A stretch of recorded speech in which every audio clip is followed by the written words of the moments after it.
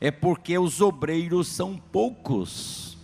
Isso nos leva a crer que quanto mais almas ganharmos, mais chances, oportunidades de termos mais obreiros ganhando mais almas vai acontecer. E Isaías 6,8 disse: depois disto, ouvi a voz do Senhor que dizia: a quem enviarei e a quem há de ir por nós? Então disse eu: eis-me aqui, envia-me a mim. Vocês podem ler? 1, 2, 3.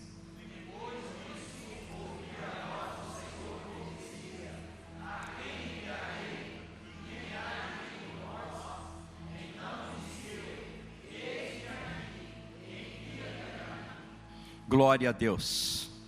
Eu gosto muito desses propósitos que nós primamos por eles e trabalhamos em cima deles, que é a nossa missão, a nossa visão e os nossos valores. Porque dentro do grande mandamento está justamente a nossa missão. E da grande comissão está a nossa visão. Então o que nós devemos fazer é justamente amar a Deus de todo o nosso coração. É Deus antes de tudo, Deus em primeiro lugar, Deus em qualquer situação, Deus em qualquer circunstância. Não podemos desprezar, menosprezar Deus de forma alguma. Temos que saber reconhecer, honrá-lo como Pai, como soberano, como Criador, como dominador, como onipotente, como onisciente, como onipresente. Por isso que nós devemos amar a Deus sobre todas as coisas, com toda a nossa força, com toda a nossa alma, sentimento, vontade, querer, decisão, com todo o nosso coração, espírito, que é com ele que nós conhecemos a Deus e adoramos a Deus. Porque você foi planejado para o prazer de Deus. Logo o seu propósito é amar a Deus por meio da adoração. Nós adoramos a Deus, nós conhecemos a Deus, nós temos comunhão com Deus por meio do Espírito. Por isso que nós devemos amar a Deus, honrá-lo, porque nós temos que adorá-lo. Ele nos fez para adorá-lo. Ele te fez para que você pudesse adorá-lo. Ame o próximo como a ti mesmo. Você foi formado para servir. Esta é a missão de cada um de nós, da igreja, servir. E nada melhor do que servir. Primeiro, os domésticos da fé, amando uns aos outros, suportando-vos uns aos outros, perdoando-vos uns aos outros, carregando a carga um dos outros e assim por diante. E também o semelhante, aquele que ainda não tem Jesus, deve ser amado por nós. Primeiro ato de amor que nós devemos dar a uma pessoa que não é crente é orar por ela.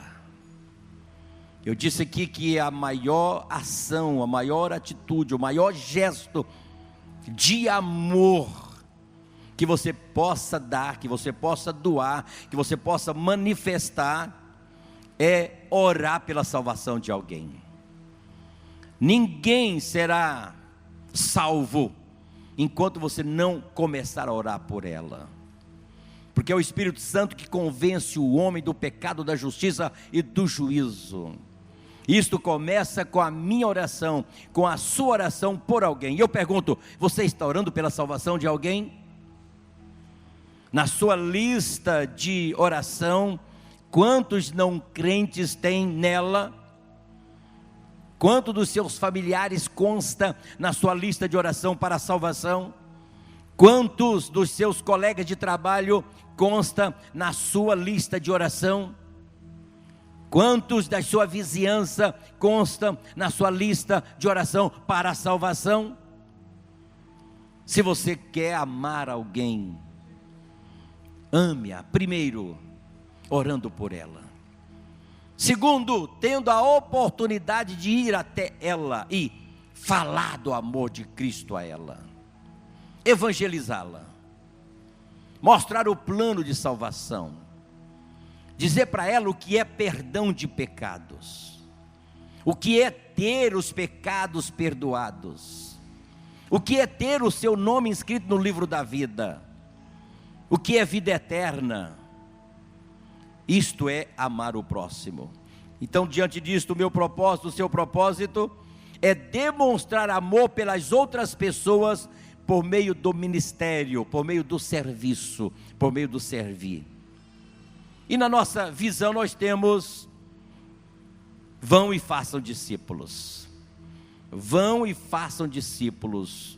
Eu fui formado, você foi feito para uma missão. Então o meu propósito, o seu propósito é compartilhar a mensagem de Deus por meio da evangelização.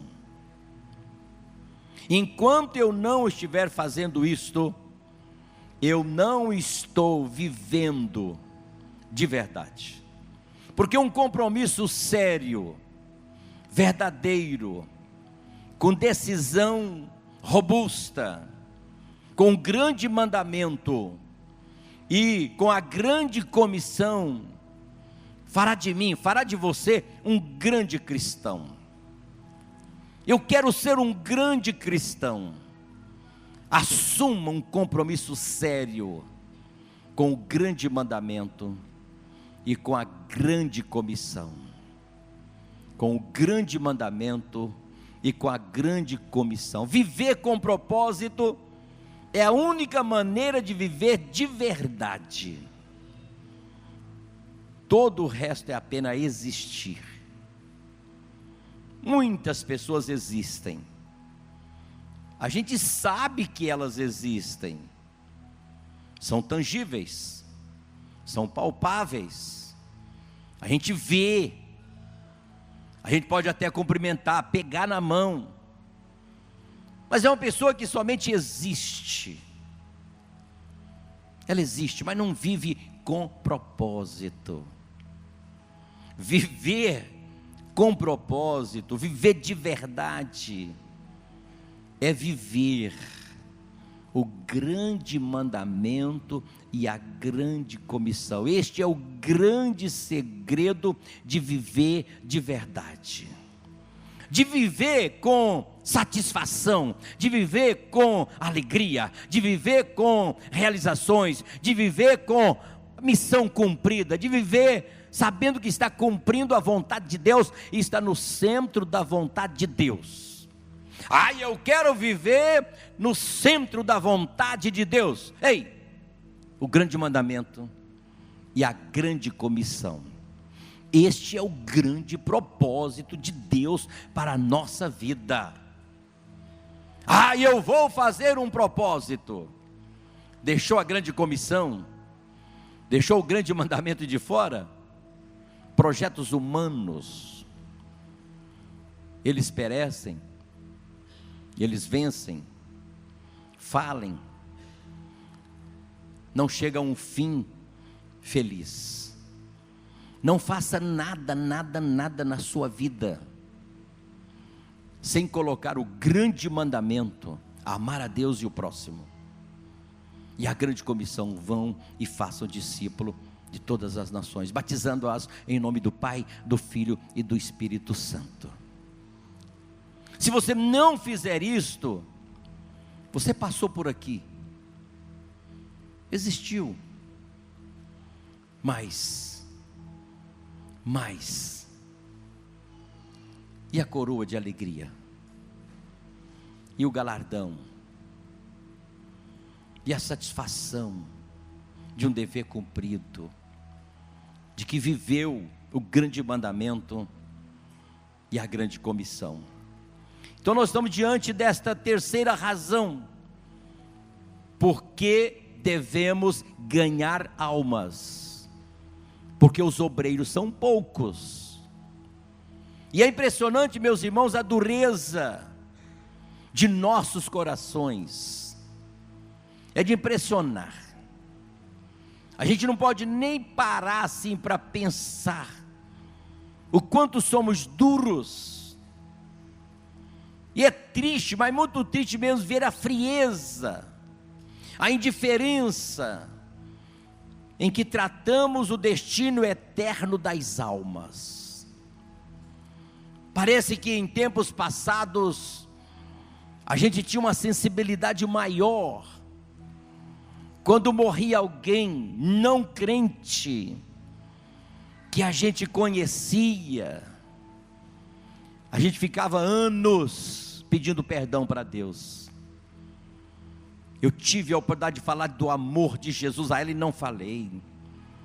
Eu conversei com ela muitos outros assuntos e não conversei com relação a Deus.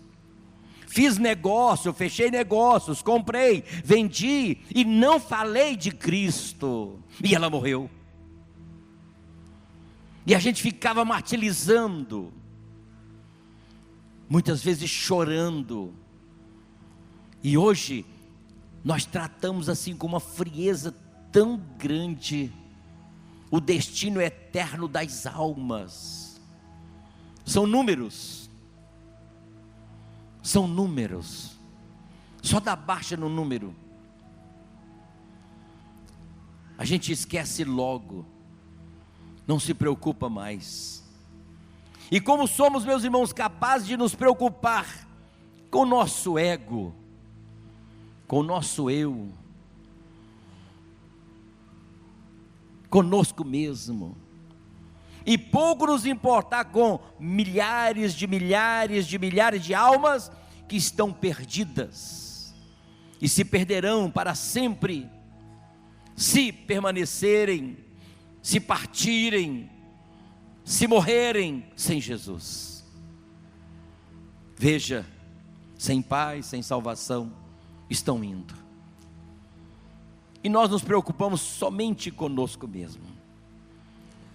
Se estou bem, o resto é resto. Se estou salvo, o resto é resto. Se tenho os meus pecados perdoados, o resto é resto. Se tenho o meu nome escrito no livro da vida, o resto é resto. Assim nos comportamos. E o número de pessoas no mundo estão aumentando. Por mais que tenha morrido, catástrofes, acidentes, terremotos, vulcões, tsunami, acidentes e mais acidentes, mas o número tem aumentado a cada ano.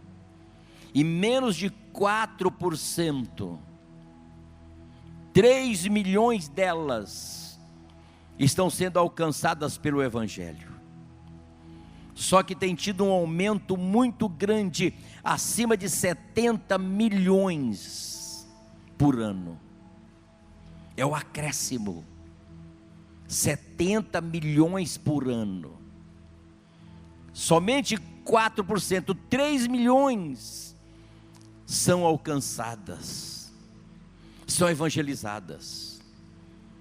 Cerca de 2 bilhões no mundo estão fora do alcance do Evangelho. Você já ouviu muito falar da janela 1040, 22 países, onde o Evangelho não chega. 2 bilhões de pessoas não sabem quem é Jesus, não conhece Jesus, não conhece, nunca ouviu falar, nunca leu nada sobre Jesus. É muita gente, é muita gente, mesmo no mundo globalizado, mas lá não entra. Lá não chega, é proibido, é travado, não adianta pesquisar, não vai aparecer nada sobre Jesus, sobre o Evangelho, sobre salvação. Eles não conhecem, como muitos de nós não conhecemos nada sobre o Islã, sobre o Alcorão. Quantos de nós aqui tem um Alcorão em casa? Quantos já se aprofundaram em ler?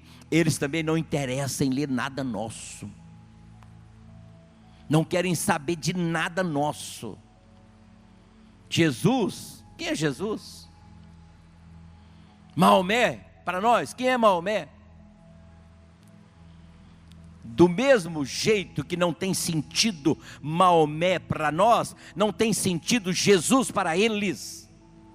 Só que nós sabemos muito bem quem é Jesus, o que Ele fez em nossas vidas, a transformação, a justificação, a regeneração. Saímos da condição de criatura, de feitura de Deus, para a condição de filho de Deus. Mas a todos quanto receberam e creram no seu nome, foram feitos filhos de Deus. Nós somos filhos de Deus. Nós cremos em um Deus criador dos céus e da terra, que tem e controla todas as coisas, tudo sobre o seu domínio. Eles não. Acredita diferente, crê diferente. Se nós pudéssemos dizer, como John Knox disse, assim rogava a Deus: dá-me a Escócia ou eu morro, dá-me Gurupi ou eu morro, dá-me o Tocantins ou eu morro, dá-me o Brasil ou eu morro. Paixão por almas, paixão por vidas, paixão por salvação. Whitefield implorava: se não queres dar-me almas, retira a minha. Será que teríamos esta coragem de dizer, de clamar, de falar: dá-me almas ou eu morro, dá-me almas ou eu morro? Não podemos falar somente da boca para fora. Paniel,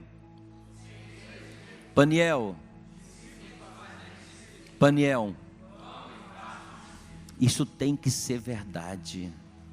Territórios, não pode ser só da boca para fora. Isso tem que consumir o nosso ser, a nossa alma, o nosso coração, o nosso dia a dia, dioturnamente. Eu quero almas, dá-me almas ou eu morro. Você precisa gerar filhos, como uma estéril que não tem filho, uma mãe, uma casada que não tem filhos, clama, roga, chora, faz propósito, busca tratamentos para se engravidar. Nós, da mesma forma, deveríamos ter essa mesma paixão, esta mesma disposição. Eu quero almas, eu quero filhos na fé, eu quero filhos na fé, eu quero cuidar de vidas, eu quero discipular vidas, eu quero batizar vidas. E não desistir, enquanto você não gerar. Que cada um nesta noite saia daqui grávido de um filho na fé, se engravida de um filho na fé, e possa ver esse filho gerando, crescendo, amadurecendo, depois produzindo. É isto que nós devemos orar, rogar ao Senhor da seara para que mande mais ceifeiros. Mas como é que Ele vai mandar se eu não estou gerando? Se eu não estou produzindo? Se eu sou estéril? A pior condição de um crente na igreja é a esterilidade. Esta é a pior situação de um crente na igreja. É a situação de estéril, de não gerar filhos na fé. Quantos filhos na fé você tem? Quantos você já evangelizou, já cuidou, já levou ao batismo, já acompanhou, e essa pessoa está ganhando outros? Isto é rogar ao Senhor da seara para que mande mais obreiros. Faça mais obreiros. A seara é realmente grande, mas poucos ceifeiros. Rogai, pois, ao Senhor da seara que mande ceifeiros para a sua seara. Rogai,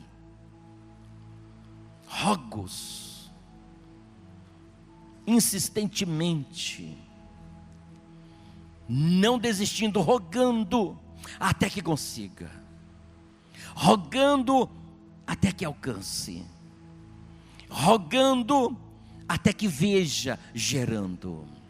Rogai. Onde estão hoje os obreiros apaixonados, os crentes apaixonados pelas almas, e que estão dispostos a se atirar aos campos que estão brancos para a ceifa?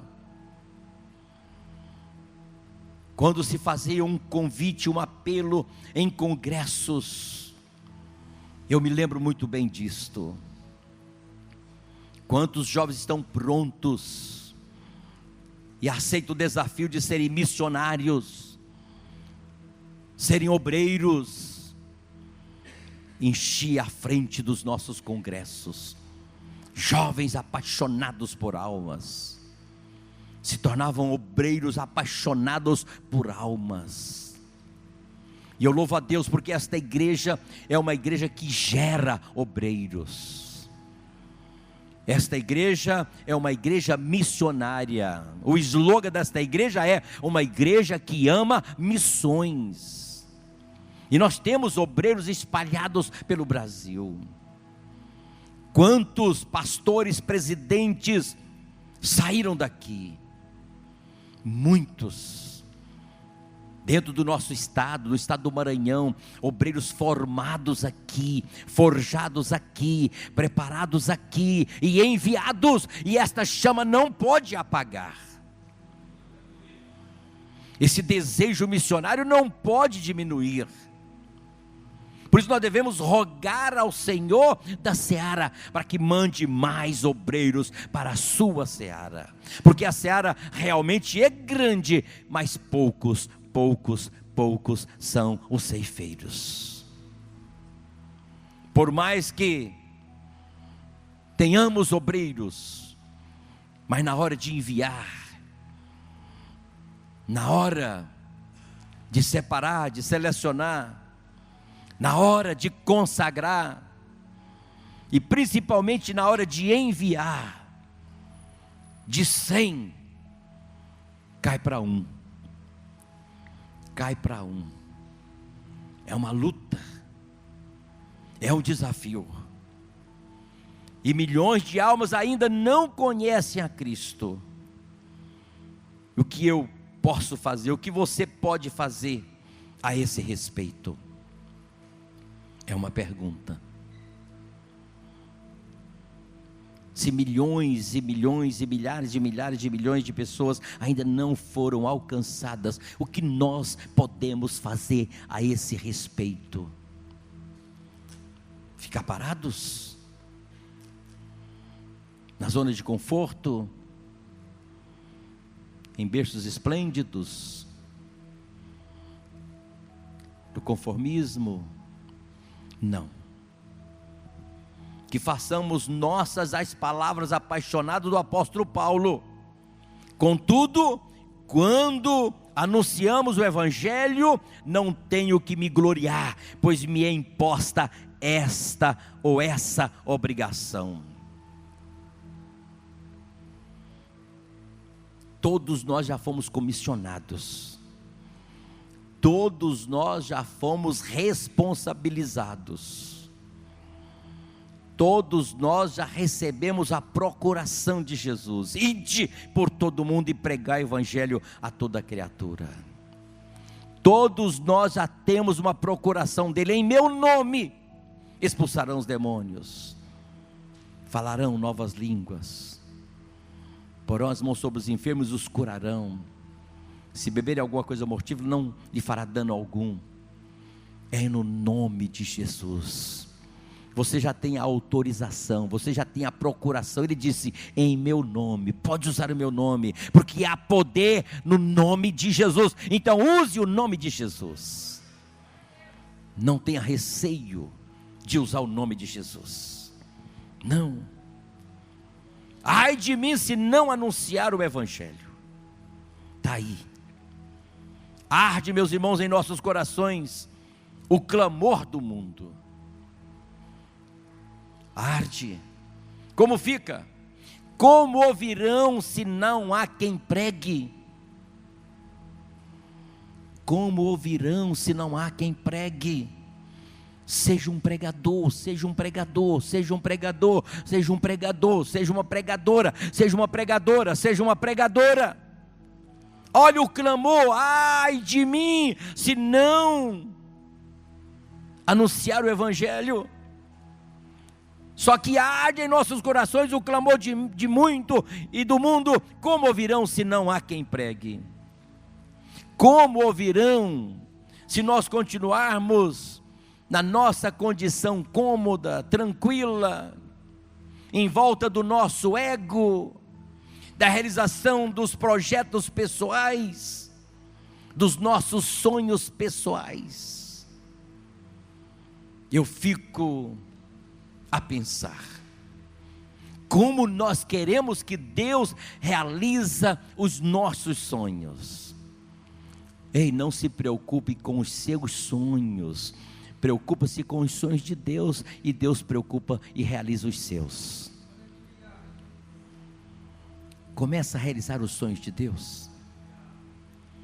E quais são os sonhos de Deus? Amar a Deus sobre todas as coisas e o próximo como a ti mesmo. Vão e façam discípulos. Anuncie o Evangelho. Proclama as boas novas. Para isso ele amou o mundo. Deus amou o mundo, amou as pessoas, de tal maneira que deu o seu Filho unigênito, para que todo aquele que nele crê não pereça, mas tenha a vida eterna. Este é o sonho de Deus. Ele já nos incumbiu, já nos responsabilizou. Simplesmente Ele quer que os seus sonhos sejam realizados. Comece a realizar os sonhos de Deus, e você vai ver que a sua vida se alinha, que as coisas fluem, que as coisas acontecem, numa velocidade como nunca esperado. Como pode isso ter acontecido? Deus fez acontecer, porque você começou a realizar os sonhos dEle. Eu tenho sonhos. Eu não tenho sonhos. Os sonhos que eu tenho são os sonhos de Deus. Começa a fazer, começa a realizar, começa a pensar, começa a orar na vontade de Deus para com o mundo. Aí Deus vai dizer: Ele está agora no centro da minha vontade, e eu não tenho como limitar as bênçãos sobre a vida dele. E aí Deus fica assim: pensa alguma coisa que eu já quero liberar, eu tenho aqui muito para te dar, pense numa coisa, fala comigo, pelo menos em pensamento, que eu vou liberar para você. É assim que Deus trabalha com aqueles que realizam os seus sonhos. Veja, como virão se não quero contribuir financeiramente? Como virão se continuar no meu comprometimento de ritual religioso, cumprindo tabela, simplesmente cumprindo tabela. Não estou fazendo o meu dever. Estou indo à igreja e cultuando a Deus todas as terças, toda a escola dominical, todo domingo à noite no culto. Ótimo, maravilhoso, só isto? Não. E as almas? Isso é que nós chamamos de religiosidade, de devoção. É importante, claro, muito importante, mas não é só isto. E as almas? E a evangelização? E a visita? E o acompanhamento? E o discipulado? E o batismo? E a maturidade? E a edificação? Eita! Só cultuar, ir para casa, esperar da terça-feira de novo, cultuar, esperar dar domingo na escola dominical, participar, esperar da noite, só isto? Isto é comunhão, isso é louvor, isto é servir a Deus em um culto. Culto é a homenagem que se presta a Deus Pai, Filho e Espírito Santo. Mas e as almas? E as almas? Deixa eu te dar um dado aqui. Essa pesquisa ela não é muito nova, deve ter aumentado. Mas quando foi feita essa pesquisa, um em cada 500 pastores de igreja dedica sua vida a alcançar vidas, pessoas, almas. Eu creio que já é 1000. 1 a cada 1000 dedica a sua vida, o seu ministério a ganhar almas. A ganhar almas. Por isso nós temos centenas de milhares de igrejas vazias ao redor do Brasil. Mas se você começar a pesquisar e acompanhar as igrejas que os seus pastores dedicam-se em ganhar almas, em cuidar de vidas, e leva a igreja a se apaixonar por vidas, estão cheias, superlotadas. Temos uma igreja em Fortaleza, pode acompanhar, Ministério Canaã, com 22 anos, 23 anos de criação, começou num salão de um hotel, acabou de inaugurar uma igreja para 12.000 pessoas e não cabe, já estão com 50.000 pessoas em 20 anos, a nossa irmã, a nossa pastora Cassiane, teve lá outro dia, cantou, louvou a Deus, fez o apelo, 1.126 pessoas aceitaram a Jesus. Como é que essas pessoas foram parar lá? Por pessoas que levaram, por irmãos que levaram, dos seus grupos familiares que levaram, 750 decisões, 1000 e tantas decisões, 300 e tantas decisões a cada culto. Quantas igrejas que tem que fazer 2, 3, 4 cultos no domingo, porque não existe mais templos que caibam. Pense nisto, pense em ganhar almas. Olha para o seu lado e vê se tem uma cadeira vazia, deveria ter alguém sentado nela. Nós estamos prestes a ir para a catedral, está próximo, o gerador chega segunda-feira,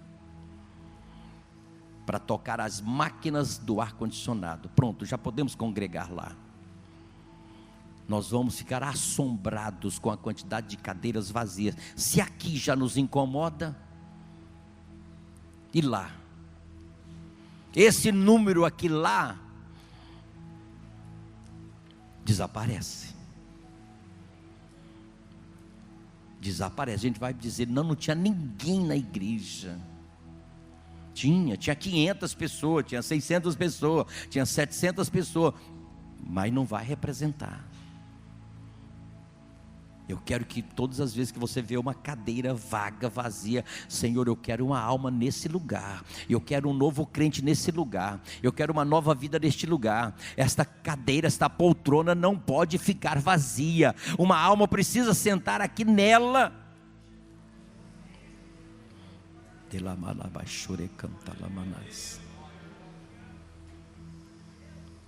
Ei, não é a vontade de Deus que os homens se percam. Eles se perdem porque não lhes temos ofertado o Evangelho. É por isso que as pessoas se perdem, porque nós não estamos ofertando o Evangelho a estas pessoas. Elas precisam ouvir falar do Evangelho. E não é de surpreender, meus irmãos, que Paulo fosse tão veemente sobre esse assunto. Ele disse em 1 Coríntios 15:34, projeta aí, você precisa de ler, riscar, marcar: vigiai justamente e não pequeis, porque alguns ainda não têm o conhecimento de Deus. Digo para vergonha vossa, minha, sua. Olha que versículo forte. Leia de novo, risca na sua Bíblia, pensa, vigiai, justamente, e não pequeis, porque alguns ainda não têm o conhecimento de Deus. Se alguém ainda não tem o conhecimento de Deus, e por meio de mim esse conhecimento teria que ter chegado a esta pessoa, eu peco. São deduzidas aí, meus irmãos, 3 pontos importantes. Primeiro, a igreja dorme. A igreja dorme. As pessoas estão perdidas porque a igreja está dormindo. O chamado é: acorda para a retidão. O que dorme na cega é filho que envergonha. Provérbios 10:5, projeta aí. 1, 2, 3.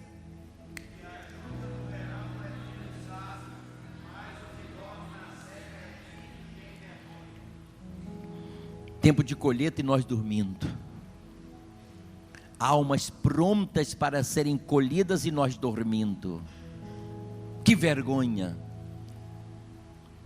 Não dá para ficar com o seu rosto vermelho? Ou já não tem mais brio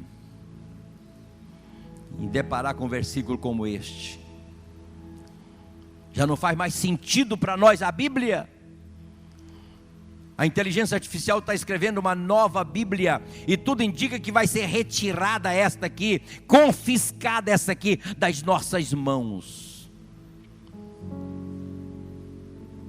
Pense nisto. Quem for achado com uma Bíblia dessa aqui será preso, espancado, torturado e confiscado esta palavra. E olha lá se não for obrigado a negar a Jesus. Se não negar, vai mais cedo para o céu.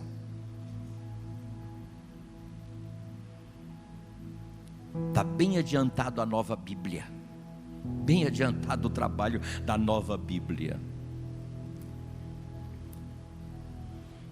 Ei, primeiro, a igreja dorme. Segundo, é pecado. É pecado as pessoas não saberem sobre Deus. Quem peca não é as pessoas que não estão sabendo. Quem peca somos nós, que deveríamos levar ao conhecimento de Deus a estas pessoas, e não levamos. Nós estamos pecando. Somos advertidos: não pequeis, porque alguns ainda não têm conhecimento de Deus. Que pecado, pastor Baltazar? De omissão. Tiago 4,17. Aquele, pois, que sabe fazer o bem e não faz, comete pecado. 1, 2, 3, leia.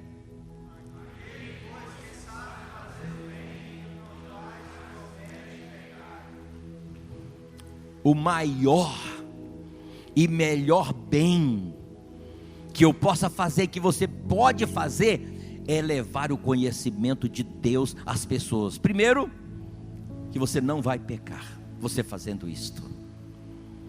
Dá para você imaginar quantas vezes você não pecou? Podendo falar de Deus e não falou? Podendo falar de Jesus e não falou? Ih, pastor, vou ter que passar o resto da minha vida só pedindo perdão. Só pedindo perdão. Quantas vezes eu neguei que era crente? Você é crente? Eu vou à igreja. Não, você é membro, pelo amor de Deus. Você toma ceia todo mês, dizer que vai à igreja. De vez em quando eu vou. Que vergonha. Misericórdia. Você é crente? Sim, graças a Deus. Há muitos anos que eu encontrei Jesus, e Ele é o Senhor e Salvador de minha alma, e eu tenho paz, eu tenho convicção, eu tenho alegria, eu tenho esperança. Eu estou esperando Ele voltar. Olha, Jesus está voltando, viu? Começou a evangelizar. Primeiro, a igreja dorme. Segundo, é pecado. Terceiro, é vergonhoso. Provérbios 10:5. Esse fato é causa para vergonha. O que dorme na cega colheita é filho que envergonha. Banda, vamos ler junto? 1, 2, 3.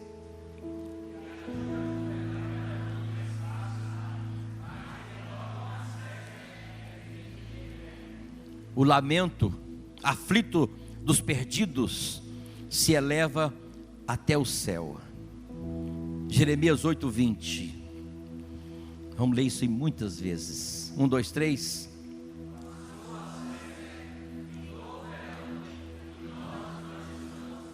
Diga: passou a colheita, findou o verão, e nós não estamos salvos. Vamos de novo? Passou a colheita, findou o verão, e nós não estamos salvos. É o clamor do mundo, é o clamor das almas. Essa condição terrível existe, meus irmãos, porque são muito poucos os obreiros. Rogai, pois, ao Senhor da seara que mande ceifeiros para a sua seara. Não somos ganhadores de almas, porque os obreiros são muito poucos. Rogai. Fique em pé, por favor. Rogai. Rogai. Rogai. Rogai. Rogai. Passou a colheita, acabou o verão. O que será de nós? Esqueceram de nós, só pensaram em si.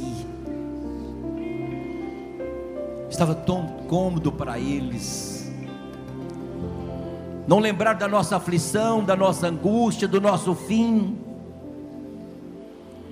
Tinham certeza de vida eterna, tinha garantia de salvação, tinha paz, tinha alegria no coração, e não lembraram de nós, e passou a colheita. Tem alguém clamando bem pertinho de você, tem um familiar clamando bem do seu lado. Quando é que vão lembrar de mim? Quando é que vão convidar a mim para ir à igreja? Quando é que vão me convidar para ir num GF, num grupo familiar? Quando é que vão me convidar para ir à igreja cultuar? Vai passar, passou a colheita, morreu, já não tem mais condições de vir, a idade chegou. Trabalhar enquanto é dia, a noite vem quando ninguém mais poderá trabalhar.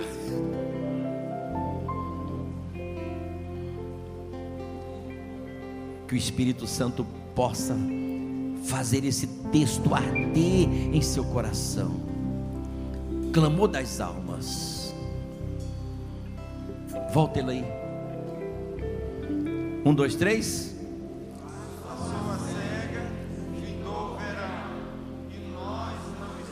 Mais uma vez. Passou a cega, findou o verão, e nós não estamos salvos. E agora? E agora? estas almas serão requeridas de nossas mãos. Era dever nosso evangelizá-las. Você viu que é uma situação terrível, a igreja dorme, a igreja peca, e é vergonhoso para nós. Pensa nisto. Rogai ao Senhor da seara, para que mande mais ceifeiros para a sua seara. Diga: eu quero almas. Diga: eu quero almas. Diga: eu quero ganhar almas. Eu quero edificar vidas. Eu quero discipular vidas. Eu quero gerar vidas.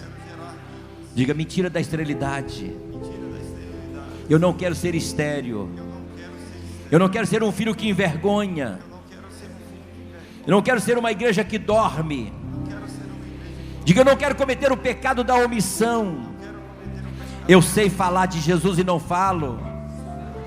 Eu sei evangelizar e não evangelizo. Eu sei distribuir folhetos e não distribuo. Eu sei orar pela salvação de vidas e não oro. E eu fazendo isto, eu peco, não orando, não evangelizando, não distribuindo folheto, não cuidando de vidas. Se eu posso fazer isso e não faço, eu peco. Aquele que sabe fazer o bem e não faz, peca. E é vergonhoso.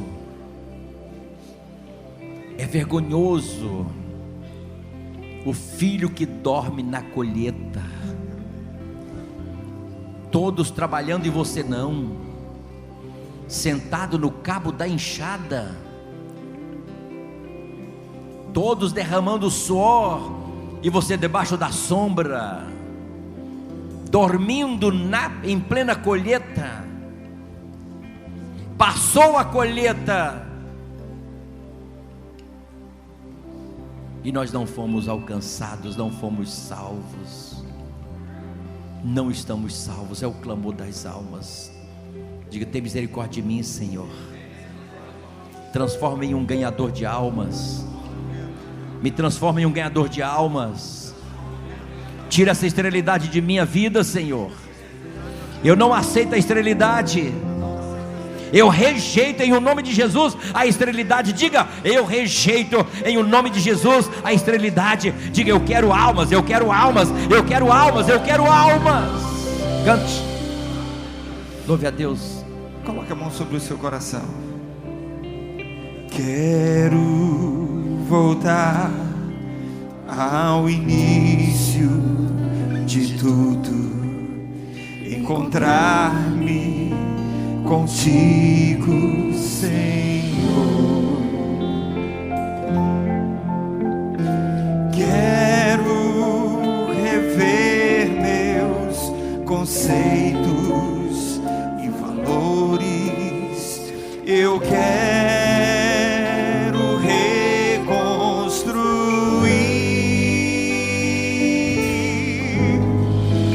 Vou regressar.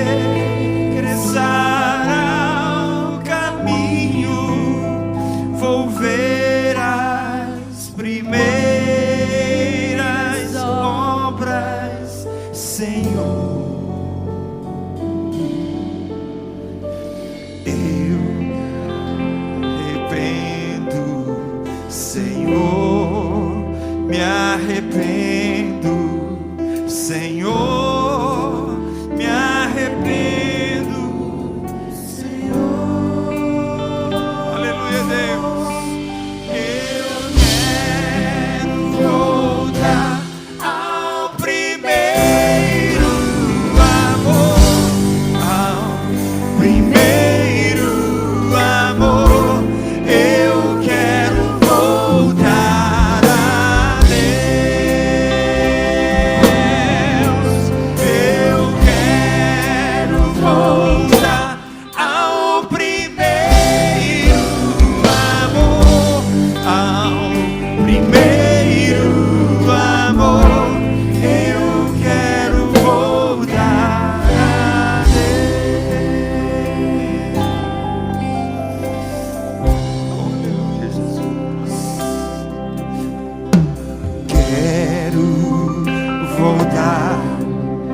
ao início. Faça essa oração. Encontrar-me contigo, Senhor. Quero rever meus conceitos e valores. Eu quero reconstruir.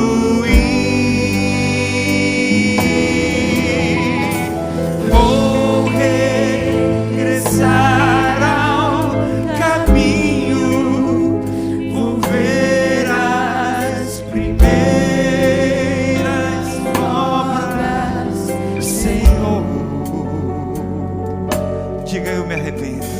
Eu me arrependo, Senhor.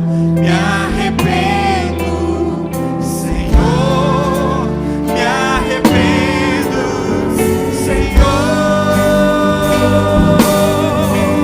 Eu quero voltar ao primeiro amor, ao primeiro amor.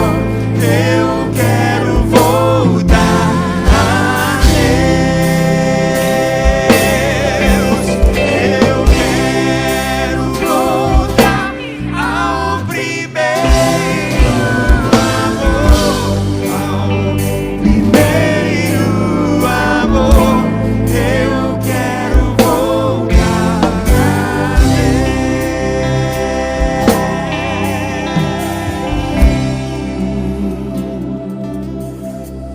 a Glória a Jesus. Queridos irmãos, a paz do Senhor Jesus.